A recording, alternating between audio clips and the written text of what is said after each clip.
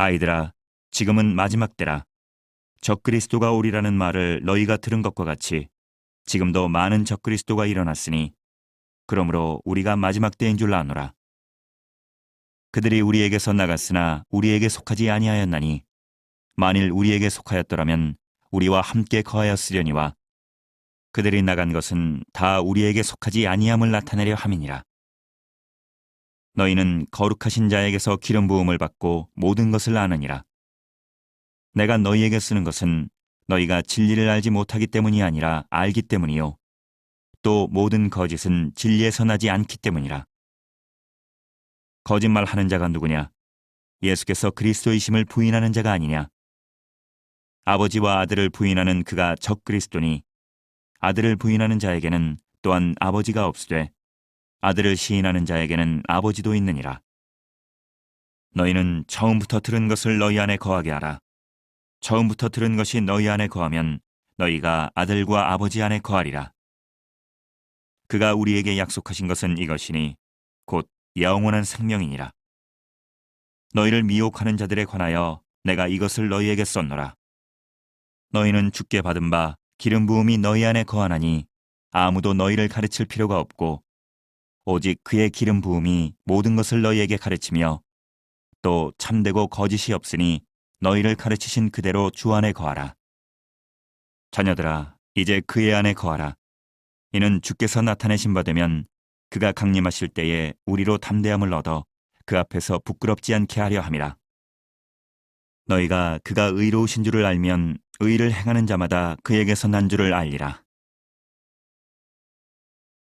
자, 우리가 오늘 본문을 읽었는데요.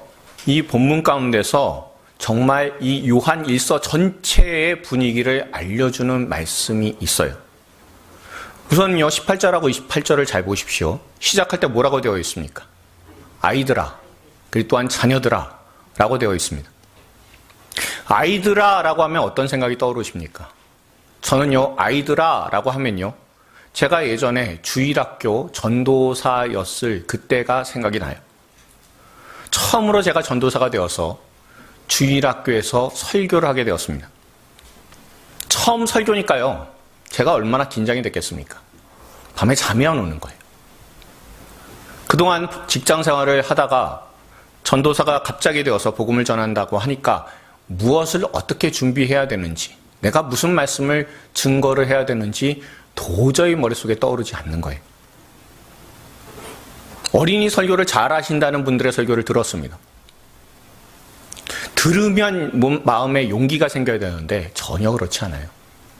그분들의 설교를 딱 들으니까 야, 저렇게 잘 하시는데 나는 어떡하지? 이런 생각이 들어서 오히려 기가 죽었습니다. 저의 장모님께서 생전에 권사님이셨어요. 그래서 장모님께 말씀드렸습니다. 설교하려니 부담만 되고 정말 걱정만 생깁니다. 라고 이야기했습니다. 그러자 장모님께서 이렇게 말씀하셨습니다. 절대 다른 얘기하지 말고 오직 예수님의 십자가만 전해. 그러면 돼. 지금도 제가 첫 설교로 무슨 말씀을 전했는지 기억이 잘 안 나요. 가물가물합니다. 그런데 단 한 가지 남는 것이 있다면 첫 설교하면 제가 메시지를 전한 것, 그거는 하나도 기억이 안 나는데 오직 장모님께서 저에게 예수님만 전해. 그러면 돼. 십자가만 전해. 그러면 돼. 라고 하신 그 말씀만 머릿속에 남아 있습니다. 그리고 나중에 서울의 교회에 청빙이 되어서 담임 목사가 되어서 갔는데 교역자가 다 빠져나간 거예요. 그러다 보니까 담임 목사 하면서 1년 동안 주일학교 설교, 초등부 설교도 제가 해야 됐었습니다. 전도사 처음 시절에는요, 설교 때 굉장히 많이 했었던 말이 뭐냐면 아이들아, 얘들아 라는 말 정말 많이 했어요. 근데 경력이 좀 쌓이고 나니까요, 목사가 되고 나니까 설교 때 아이들아 라고 굳이 애들 안 불러도요, 애들이 집중할 수 있는 그런 요령이 생겼어요. 제 설교에 어떻게 하면 애들을 집중시킬 수 있는지 다양한 경험들이, 그런 이력들이 생겼기 때문에 이제 얘들아 라고 얘기를 안 해도 애들이 알아서 저하고 눈을 마주치게 되었습니다. 그런데 지금 와서 생각을 해보니까요. 제가 설교하는 기술은 늘었는데 아이들아, 얘들아 라고 그렇게 아이들을 부를 때 그때처럼의 마음의 열정이나 그리고 모든 것을 다 쏟아 부었었던 그런 때가 오히려 전도사 때가 더 나았던 것 같은 생각이 드는 거예요. 이 요한일서를 기록한 사도 요한이요. 아이들아 라고 하는 대상은요. 주일학교 애들, 초등학교 애들이 아니에요. 지금으로 치면 젊은이들아, 청소년들아에 해당하는 겁니다. 다시 말하면 사도 요한이요. 아이들아, 자녀들아 라고 그렇게 할 때는요. 상당히 나이가 많이 들었다라는 것을 우리가 알 수가 있지 않습니까? 게다가 오늘 18절에 보시면 많은 적그리스도가 일어났으니 그러므로 우리가 마지막 때인 줄 아노라 라는 말씀은요.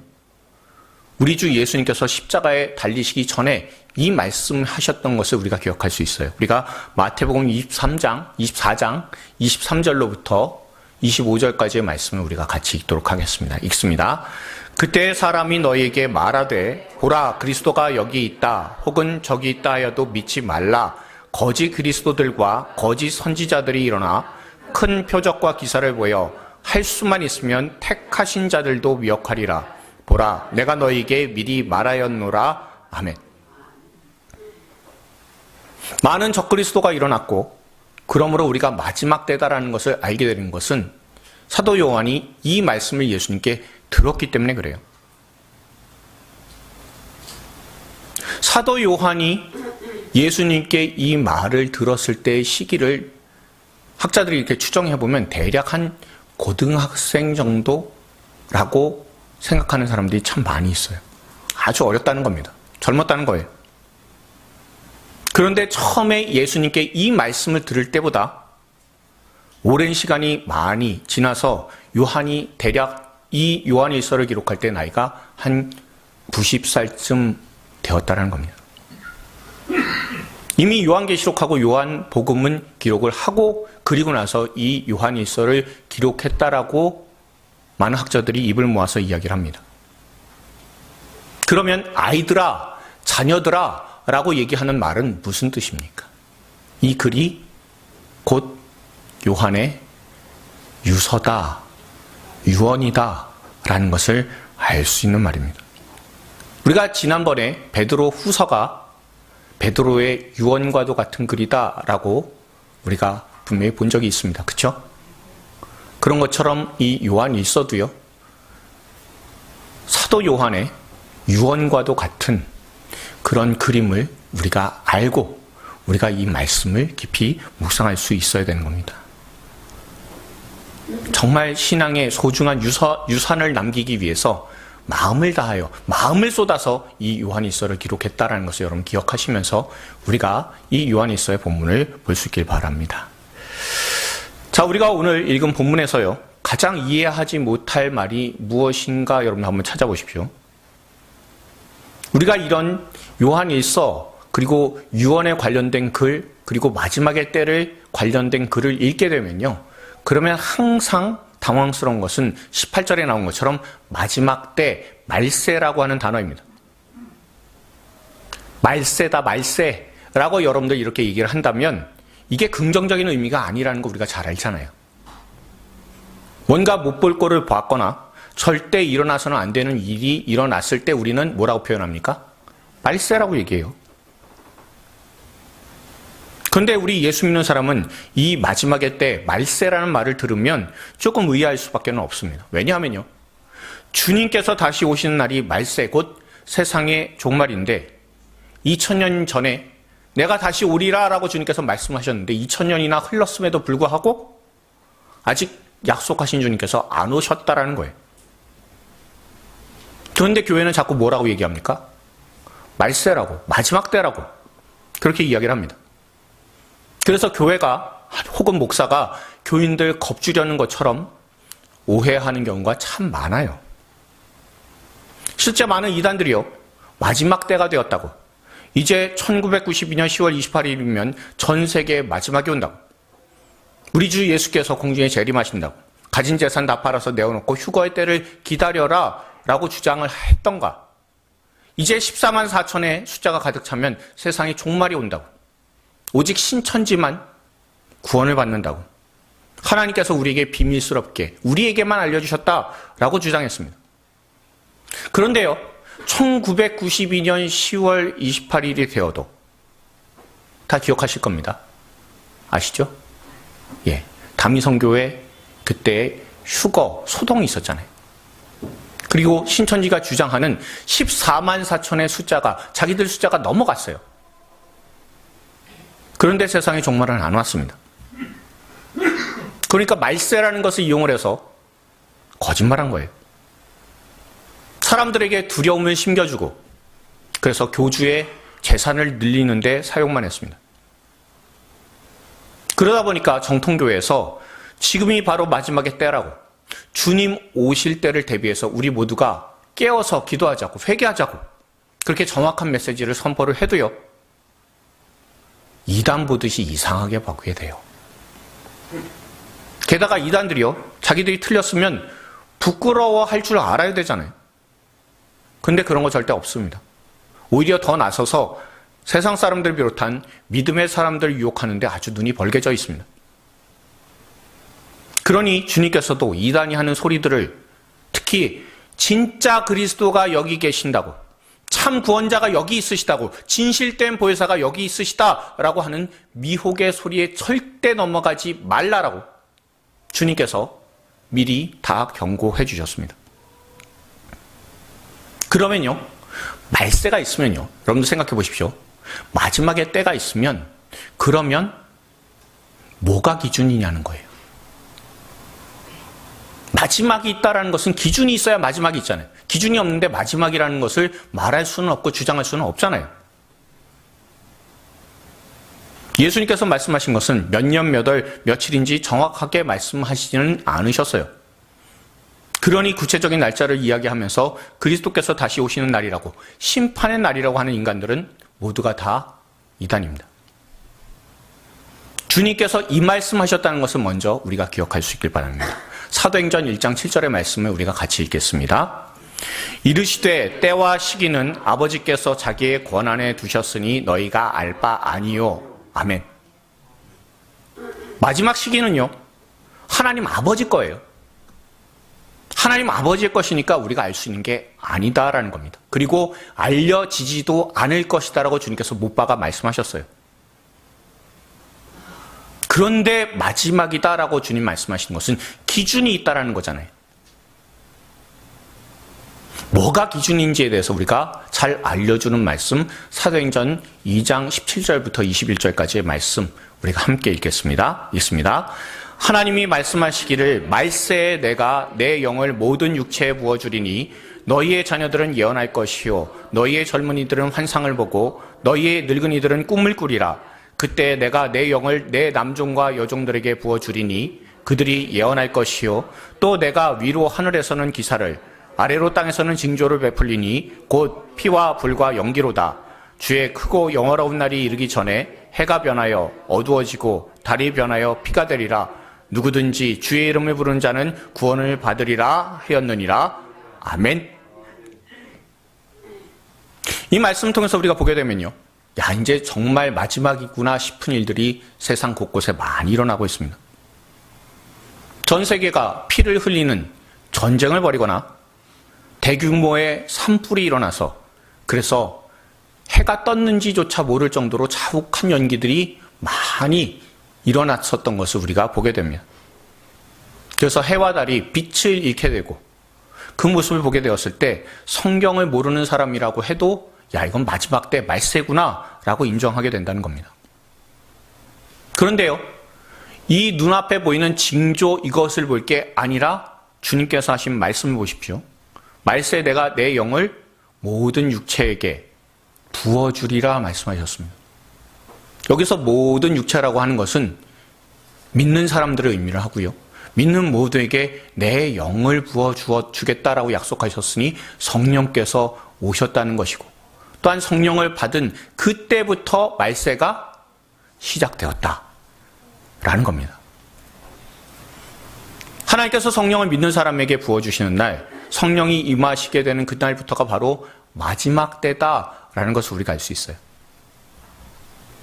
그러니 2000년 전 성령께서 마가의 다락방에 오신 그때부터 말세가 이제 시작이 된 거예요. 사람이 죽으면 예수님을 믿었는지 아니면 믿지 않았는지에 따라서 바로 천국과 지옥에 가게 되는 일이 일어나게 되었습니다. 그래서 성령께서 오신 이후에 개인적으로 하나님 만나러 가는 종말이 있어요. 다시 말하면 개인적 종말이라는 것이 있습니다. 가는 종말이요. 내가 주님께 가는 겁니다. 그런데 정말 마지막 날에 우리 주님께서 이 땅에 다시 오시는 날 오는 종말이 있어요. 그게 바로 우주적 종말이고 성경에서 종말이다, 말세다라고 하는 내용이기도 해요. 그럼 우리는요, 늘 관심이 가는 게 뭡니까? 말세 시작이 무엇인지는 이제 알았어요. 언제인지 알았습니다. 그러면 이 말세를 살아가고 있는데 말세의 마지막의 때는 언제냐라는 게 우리한테 더 관심이 가잖아요. 그런데 뒤집어서 한번 생각해 보십시오. 저와 여러분이 아니면 세상 사람들이 마지막 날이, 이 땅이 끝나는 날이 언제인지 알면 이 땅은 어떻게 될까요? 저와 여러분이요, 만약에 2023년 12월 31일이 지상의 종말이 오게 될 것이다라는 것을 만약에 알았다라고 생각해 보세요. 저는 올해 12월 31일이 마지막이라고 주장 안 했어요. 그렇게 한번 생각해 보자는 거예요. 그럼 여러분들 순순히 12월 31일이 올 때까지 얌전히 다 잠잠히 사시겠습니까? 우리도 마지막 때라고 생각하면 마음이 싱숭생숭해지잖아요. 그렇지 않습니까? 잘 받아들이기 힘들 겁니다. 믿는 우리도 이런데 믿지 않는 세상 사람들 어떨까요? 마지막이다라고 하는 소리에 절대로 좋은 마음으로 반응하지 않게 될 겁니다. 세상은 오히려 마지막이라는 생각에 더 정신 나가버리게 될 거예요. 그리고 그동안 참아왔었던 죄를 내가 지어보겠다라고 생각하는 사람이 더 많을 거예요. 야, 어차피 마지막인데 핵 한번 쏘고 말지 뭐. 그런 마음 가진 사람 없을까요? 마지막 날을 아는 그 순간부터 세상은 생지옥될 겁니다. 그리고 마지막 때를 알게 되는, 정확한 날짜를 알게 되는 그때부터 사람에게는 축복이 아니라 진짜 재앙이 임하게 돼요. 그러니 주님께서는 뭐라고 말씀하십니까? 우리가 마태복음 24장 44절 말씀 함께 읽겠습니다. 이러므로 너희도 준비하고 있으라. 생각하지 않은 때에 인자가 오리라. 아멘. 딱 여기까지만 말씀하시는 거예요. 우리가 미래를, 그 마지막의 날을 정확히 알게 되면 우리에게는 축복이 아니라, 은혜가 아니라 그때부터 진짜 무서운 지옥과도 같은 날들이 벌어지기 때문에 주님께서 말씀 안 하십니다. 그리고 마지막 날이 생각하지도 않은 때잖아요. 우리가 예상한 날이 아닙니다. 그리고 이런 말씀하시는 거예요. 우리가 베드로후서 3장 8절 말씀 함께 읽겠습니다. 사랑하는 자들아, 주께는 하루가 천년 같고 천년이 하루 같다는 이 한 가지를 잊지 말라. 아멘. 하나님과 사람의 시간에 대한 개념 자체가 아예 다르다라는 거예요. 사람은 시간에 묶여서 매여서 살아가지만 하나님은 시간에 절대 매여서 살아가시지 않으시는 시간에서 자유로운 분이십니다. 왜요? 하나님께서 이 세상 눈에 보이는 것을 창조를 하셨지만, 그리고 거기에 더해서 눈에 보이지 않는 세상과 시간도 창조를 하셨잖아요. 그러니까 창조하신 분은 거기에 묶이지 않으시는 분이세요. 그러니 사람의 24시간하고 하나님의 시간과는 영 다르다라는 사실을 우리가 알 수가 있습니다. 그래서 이런 우스갯소리가 있습니다. 믿음이 정말 좋으신 장로님 한 분이 병석에 누웠습니다. 근데 이제 내가 죽을 것 같은 거예요. 그래서 하나님께 기도를 했습니다. 그때 하나님께서 네 기도 다 들었다. 그런데 이제 가자 라고 하시는 겁니다. 그때 그 장로님이 이렇게 질문했습니다. 하나님께는 천년이 하루 같다고 하시는데 그 말이 맞는가요? 그렇다. 나한테는 천년이 하루 같다. 그러자 그 장로님이 이렇게 얘기하셨답니다. 그러면 하나님, 제가 하나님 기준으로 1분만 더 살게 해주십시오. 제가 계산해 봤는데요. 하나님 기준으로 1분 하면 대략 한 17년 나와요.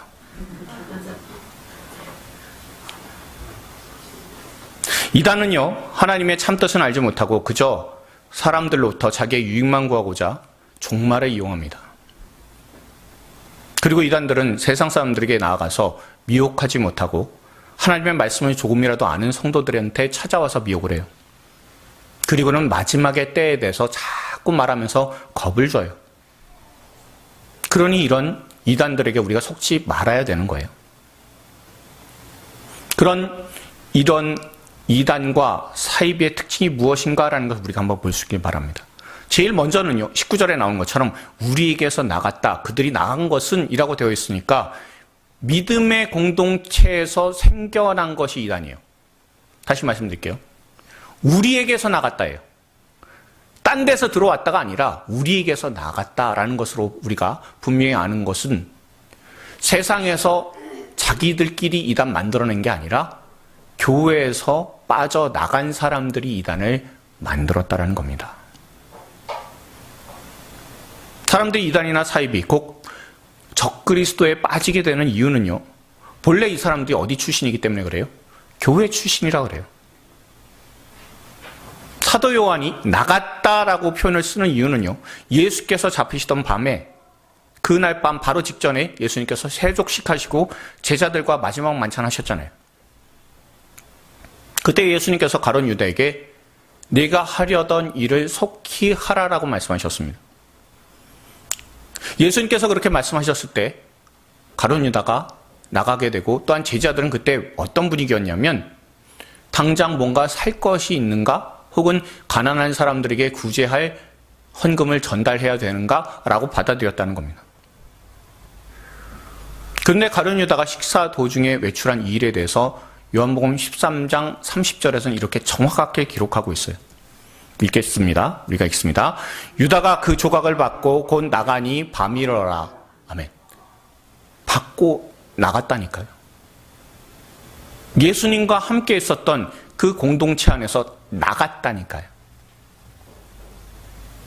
나가서 대제사장 찾아가고 예수님을 십자가에 못 박도록 하기 위해서 체포 잘할 수 있는 장소 겟세마네 동산으로 그 군대들을 끌고 왔습니다. 예수님 체포하는데 앞장섰어요. 그러니 가룟 유다는 예수님의 공동체에서부터 나가서 예수님의 큰 대적 적그리스도가 되었다라는 겁니다. 우리가 알게 되는 것은요, 대다수의 이단들은요, 늘 교회를 배경으로 하고 있어요. 교회를 배경으로 하고 있기 때문에 교회에 대해서 잘 알고 있는 사람들이에요. 어떤 부분에 대해서 취약한지, 어떤 부분에 잘 속아 넘어가는지, 뭘 건드리면 분열이 일어나는지, 불화가 생기는지 잘 아는 사람들이 이단들이에요. 그렇기 때문에 사람들을 쉽게 미혹할 수 있습니다. 그래서 이런 얘기들을 자기들이 해요. 교회에 들어가서 교회 흔들려면 가장 좋은 것은 전도 축제 이용하면 된다고. 굳이 내가 힘들게 안 들어가도 된다고. 그리고는 교회 사람들 정말 좋아하는 말인 꿈에 당신 기도하는 거 봤다라고. 아니면 나랑 친한 친척이 신대원 다녔다고. 내가 예전에 이 지역에서 큰 교회 다녔었는데 거기에서 안수집사도 하고 장로도 하고 권사도 하고 다 그랬었는데 시험 들어서 그 교회에 나오게 되었다고. 그렇게 얘기를 하면 금방 당신들을 그 교회에서 잘 받아들여 줄 거라고. 제가 하는 말 아닙니다. 이단들 자체들, 자기네들이 하는 자체 세미나에서 나오는 얘기예요. 예전에 제가 군생활할 때 잠깐 군용 5톤 트럭을 운전하는 보직을 맡은 적이 있었습니다. 한 2달 정도 여러분들 밖에서 보시는 레카차라고 있어요. 그쵸? 견인차. 그거를 한 2달 동안 제가 몰았었던 경험이 있어요. 보통 군용 장비들이요, 어디에서 운용이 잘 되냐 하면 이렇게 깨끗하게 된 도로에서 잘 사용하지 않잖아요. 거의 산이나 길이 있는, 산이나 길이 없는 곳, 험한 곳에서 군용 장비들이 사용이 많이 됩니다. 그러면요, 일반적인 상황이 아니기 때문에, 험한 곳이기 때문에 고장이 잘 나게 되는 경우가 있어요. 특히 기계의 경우는요, 기름의 힘으로 움직여요. 유압입니다. 그러니까 기름의 압력으로 모든 것들을 다 작동하기 때문에 기름이 새면 장비도 멈추게 되어 있습니다. 그래서 기름, 이 오일이 셀 때는요, 주로 하부에 기름이 모이잖아요. 장비 밑바닥에 모일 수밖에 없잖아요. 기름 위에서부터 흐르니까요. 그러면 어느 부분에서 흐른 기름인지 알 수 없을 때가 있어요. 보통 기름은요, 식별하기 위해서 색깔이 좀 있어요. 부동액이 무슨 색입니까? 약간 연두색이잖아요. 초록색이 있어요. 엔진 오일은 맑은 갈색입니다. 그리고 미션 오일이면 오렌지색, 그리고 브레이크 오일이면 붉은색이에요. 색깔로 보통들 구별을 해서, 그래서 기름이 흐르는데 색깔을 보면은 그게 어떤 기름인지 대충은 알 수가 있는데, 문제는요, 이게 흙 가운데서, 험한 땅 가운데서 운용을 하다 보니까 기름하고 뭐가 섞여요? 흙하고 다 섞여요. 그럼 색깔이 다 똑같아요. 원기름인지 알 수가 없게 됩니다. 그러면 커다란 장비를 다 뜯어야 돼요. 얼마나 시간이 많이 걸리는지 몰라요. 근데 한 가지 방법이 있습니다. 무슨 기름인지 확인만 하면 어디 뜯을지가 나와요. 근데 기름이 흙과 섞여서 모르잖아요. 그러면 정비병들끼리 하는 방법이 딱 하나 있습니다. 그게 뭐냐면 그 기름을 살짝 맛보면 돼요. 그러면요, 입에서 알싸한 느낌이 돌면 그게 엔진 오일 같아요. 그리고 살짝 단맛이 느껴지는 것 같으면 그건 미션 오일일 가능성이 높습니다. 잠깐 맛보고 뭐 이렇게 막 입에 각을 할 정도로 이거는 아니고요. 혀 끝에 살짝만 맛보면 돼요. 그러면 느껴지는 게 있어요. 그래서 정비병들이 가끔씩은 이렇게 살짝 대봐요. 물론 몸에 해롭죠. 해로우니까 빨리 맛만 보고 입을 물로 헹구면 돼요. 그래서 군에서 살짝 맛보면서 그래서 정비를 하는 경우들도 가끔은 있었어요. 적그리스도, 곧 이단인지 아닌지 알아보기 위해서 우리가 맛을 보듯이 중요한 특징 알아보면 된다는 겁니다. 우선은요, 22절에 나오는 것처럼 아버지와 아들, 곧 하나님 아버지와 예수 그리스도를 부인하면 분명히 이단이에요. 예수님과 제자들이 예수님께서 십자가를 지시기 전에 마지막 만찬 때에 예수님께서 너희 중에 나를 팔리라 라고 말씀하셨어요.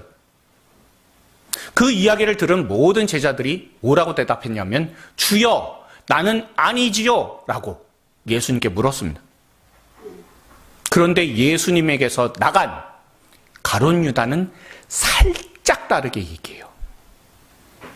우리가 뭐가 다른지 마태복음 26장 25절을 함께 읽어보시길 바랍니다. 읽습니다.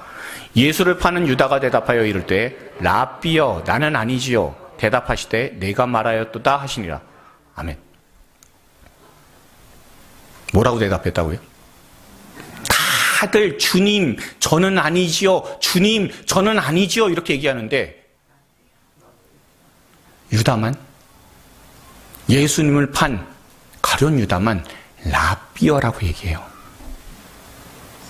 가룟 유다가 하는 말은요, 예수님은 주님 아니시라는 거예요. 하나님 아니시라는 거예요. 그저 선생님이자 그냥 좋은 말씀 들려주시는 분, 이 정도로만 자기가 인정하고 있다는 소리예요. 한번 말 실수했겠지 여러분 생각하실 수도 있어요. 그런데 나중에도 똑같이 얘기합니다. 우리가 또 이 말씀 읽어보길 바랍니다. 마태복음 26장 48절 49절 말씀입니다. 읽습니다. 예수를 파는 자가 그들에게 군호를 짜 이르되 내가 입맞추는 자가 그이니 그를 잡으라 한지라 곧 예수께 나와 랍비여 안녕하시옵나이까 하고 입을 맞추니 아멘. 끝까지 주님 아니에요. 의도적으로 랍비 선생님이여 라고 하는 겁니다.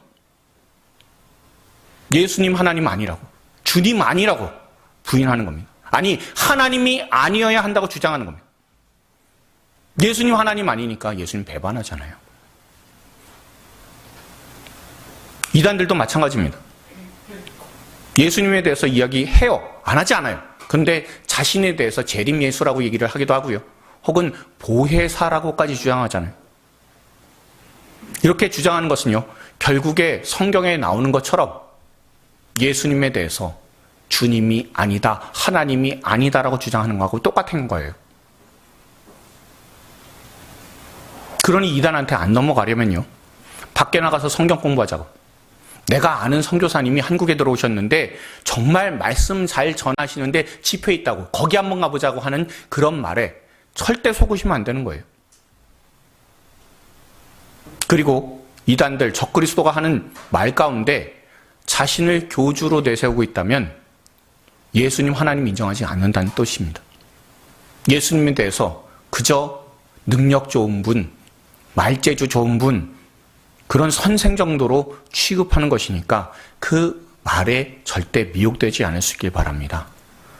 그리고 오늘 본문에 이런 이단과 사입이 곧 적그리스도의 또 다른 특징이 있는데 그게 바로 26절처럼 미혹한다라는 거예요. 앞에서 이미 교회에서 나가서 믿는 사람들을 미혹한다라는 그런 의미가 있었는데 이 미혹한다라는 말과 뭐가 연결되어 있는지 우리가 27절을요, 이번에는 공동번역으로 한번 읽어볼 수 있길 바랍니다. 같이 읽겠습니다. 그러나 여러분으로 말하자면 그리스도께서 부어주신 성령이 여러분의 마음속에 살아계시는 한 아무에게도 가르침을 받을 필요가 없습니다. 그리스도께서 부어주신 성령은 여러분에게 모든 것을 가르쳐 주십니다. 그리고 그분은 진실하셔서 거짓말을 하지 않습니다. 여러분은 그 성령께서 가르쳐 주신 대로 그리스도와 함께 살아가시오. 아멘.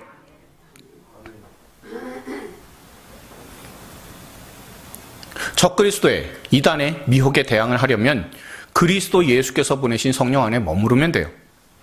성령 안에서 나가지 않으면 되는 거예요. 성령께서 마음에 살아계시면 아무런 가르침을 받을 필요가 없다라고 하는 겁니다. 이 말씀은요, 20절에도 나와요. 모든 것을 다 안다고 해서 두 번이나 다 강조가 됐었던 그런 말이에요. 모든 걸 다 안다고, 가르침 받을 필요가 없다라고. 그런데 한번 생각해 보십시오. 우리가 오후 말씀 집회를 통해서 말씀을 배우고 가르침을 받잖아요. 때로는 기독교 교리도 가르침을 받아요. 그리고 내년부터는 새가족 교육도 강화됩니다. 우리가 교회에서 가르칠 게 얼마나 많은데 가르침이 필요가 없다라고 왜 이렇게 말씀하실까요? 여러분, 제대로 배우지 않으면요, 이단에 넘어가잖아요. 그런데도 불구하고 가르침을 받을 필요가 없다라고 이렇게 말씀하시는 이유가 무엇이겠습니까? 이 모든 말씀은요, 예수님께서 하신 말씀에서 비롯이 되었습니다. 우리가 요한복음 16장 3절의 말씀을, 13절의 말씀을 함께 읽겠습니다. 읽습니다. 그러나 진리의 성령이 오시면 그가 너희를 모든 진리 가운데로 인도하시리니 그가 스스로 말하지 않고 오직 들은 것을 말하며 장래 일을 너희에게 알리시리라. 아멘. 성령께서 오셔서 우리에게 가르쳐 주시고 인도해 주시는데 뭘로 인도해 주셔요? 진리로 인도해 주신다고요. 여기서 진리가 무엇입니까? 예수님께서 내가 곧 진리요, 길이요, 진리요, 생명이니라고 말씀하셨잖아요. 그러니까 예수님이 진리시다라는 것에 대해서 우리가 가르침을 받을 필요가 없다라고 말씀하시는 거예요. 주님께서 말씀하셨으니 예수님께서 진리시고 하나님의 아들이시다라는 것에 대해서 우리가 배울 필요가 이제 없어요. 가르침을 받을 필요가 없다는 것은 무엇을 의미합니까?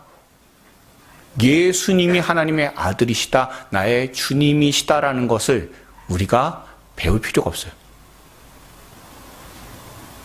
우리는 그것을 배우지 않고 어떻게 되었습니까? 믿었잖아요. 예수님이 하나님의 아들이시다 아무리 가르쳐줘도 믿지 않으신 분은 세상에 얼마나 많은지 몰라요. 그러나 저와 여러분은 예수님이 하나님의 아들이시다, 나의 구주시다라는 것을 우리가 믿었잖아요. 누가 가르쳐 준 게 아니잖아요. 그래서 가르칠 필요가 없다라고 말씀하시는 거예요. 예수님께서 십자가에서 우리의 믿음의 사람들을 위해서 자신의 보혈을 흘리시고 우리의 죄를 용서하셨으며 하나님의 자녀로 회복하게 만들어주셨다. 하나님의 자녀가 될 수 있었다라는 사실을 우리가 알게 되었다, 믿게 되었다를 의미하기 때문에 우리는 이 사실에 대해서 따로 배울 필요가 없다라고 하는 겁니다. 다시 말하면요, 예수님께서 십자가에서 흘리신 보혈로 우리의 모든 죄를 용서해 주셨고 우리가 하나님의 자녀가 되었다는 분명한 진리에 대해서 오직 하나님의 자녀를 만들어 주실 수 있는 분 예수 그리스도 한 분이시다라는 것에 대해서 가르침을 우리가 받을 필요가 없다는 것을 의미합니다. 성령께서 각 사람에게 우리의 마음에 임하셔서 우리에게 믿도록 해주신다는 거예요. 그러니 예수님께서 나의 주님이시고 그분이 나를 구원하시는 하나님이시다라는 것을 따로 가르침을 받을 필요가 없다라는 겁니다. 다른 이단들이요, 예수 믿는 사람들에게 대해서 미혹하는 게 뭡니까? 교회에서 제대로 배웠냐고, 하나님의 자녀로 제대로 배우지 못한 게 부끄럽지 않냐라고 얘기하잖아요. 그러면서 늘 얘기하는 게 뭡니까? 믿음의 수준 얘기예요. 그 정도 수준이면 천국 가는데 부족하다라고 얘기해요. 아니, 천국 보내는 분은 하나님이시잖아요. 근데 어떻게 사람이, 그 사람이 천국에 갈 만한 믿음인지 아닌지 그 수준을 얘기할 수가 있습니까? 그리고 오직 십자가와 부활의 예수님만이 나의 주님 되셔서 나를 구원해 주신다는 그 믿음 외에 천국에 들어갈 조건이 뭐가 있습니까? 그런데도요, 잘 배워야 된다고. 믿기만 하면 되는 게 아니라 구약의 절기들, 특히 안식일하고 유월절을 배우고 지켜야 된다고 미혹하잖아요. 절대 속지 마시기 바랍니다. 우리를 구원하신 분은 오직 우리 주 예수 그리스도 한 분밖에 없어요. 예수 그리스도의 십자가의 부활과 십자가와 부활, 그리고 그 보혈로 우리가 구원을 받아서 하나님의 자녀가 되었습니다. 그리고 이 사실이 우리 마음에 믿어지도록 성령께서 지금도 역사하시잖아요. 저와 여러분 그 누구도요, 주님의 사랑에서 벗어날 수 있는 사람은 아무도 없습니다. 아니, 세상에 어떤 권세라도 우리가 하나님의 사랑받는 자녀다라는 사실을 뒤바꿀 수 있는 존재는 아무도 없어요. 이것만 꼭 붙드십시오. 그러니 어떤 미혹이나 유혹이 다가와도 오늘 말씀처럼 꼭 믿음의 공동체 안에 머물러 계셔야 돼요. 그리고 내가 십자가 보혈의 은혜로 구원받았다라는 그 사실, 그것만큼은 흔들리지 마셔야 돼요.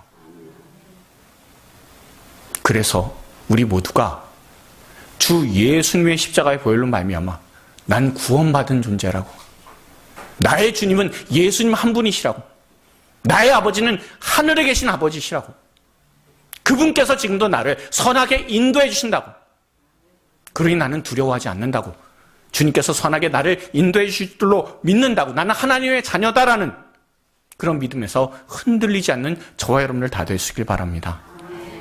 이 바탕 위에서 성경적인 지식, 예수님이 어떤 분이신지 우리가 구체적으로 배우게 되고요, 또한 하나님이 어떤 분이신지 우리가 배움을 통해서 알게 되는 겁니다. 이런 믿음의 지식들을 우리가 견고히 쌓아나가고 우리의 밑바탕, 예수 그리스도가 나의 구주시다, 그분의 십자가로 내가 구원을 받았다 라는 사실, 그래서 나의 주님은 오직 예수님 한 분이시다 라는 믿음에서 미혹되지 않고 흔들리지 않는 저와 여러분들 다 되어서 견고한 믿음으로 하나님께 영광 올려드릴 수 있는 저와 여러분들이 다 될 수 있기를 주님의 이름으로 축원드립니다. 우리 주변에 계신 분들한테 이렇게 권면을 해 주십시오. 예수님만이 나의 구주십니다. 한 번 더요. 예수님의 보혈로 하나님의 자녀가 되었습니다.